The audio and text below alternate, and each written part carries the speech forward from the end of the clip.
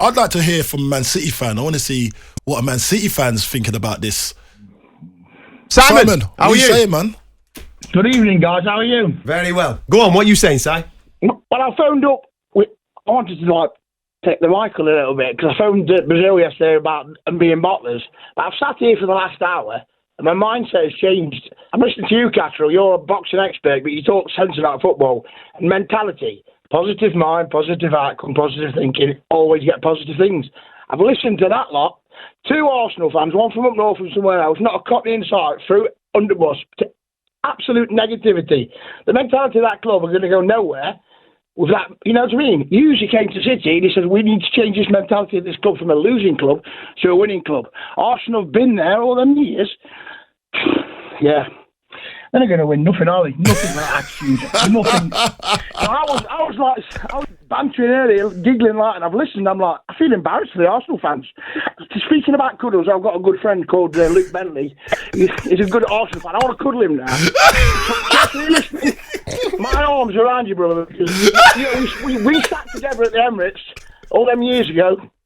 Yeah, I love you, mate. I want to cuddle you. Best of luck next time. Right. Here. Oh, Simon, that was quality. Talk to me about City.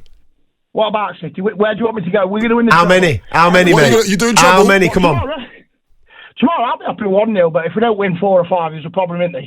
Secondly, all this thing about City having the second strong tiers, in each position.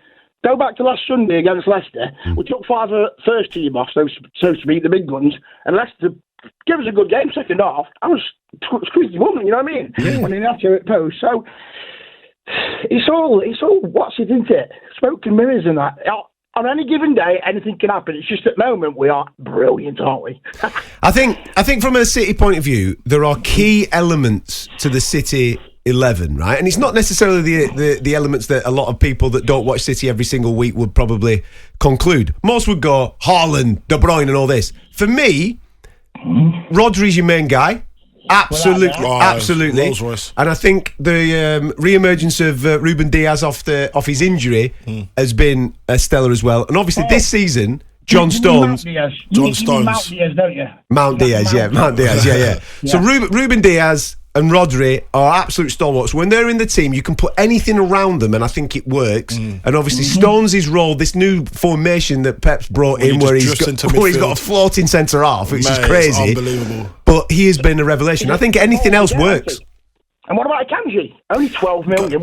We spend ridiculous money. What about Nathan Ake? I know you've just lost him. Nathan Ake has been brilliant as well. But now you've got Laporte to just come in. Yeah. It's mad. But my point is, those two in particular, Diaz and Rodri, if they play, you can put anything around them, I think, and it just works for City.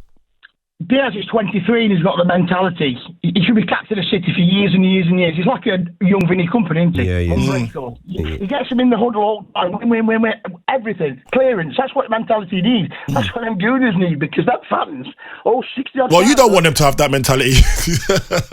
You don't. How about the Arsenal game coming out the Etihad? How are you going to approach that? Hammer him. Oh, mate. Top. That's it. That's it, man. Si, go and cuddle your mate. I think he needs one, pal.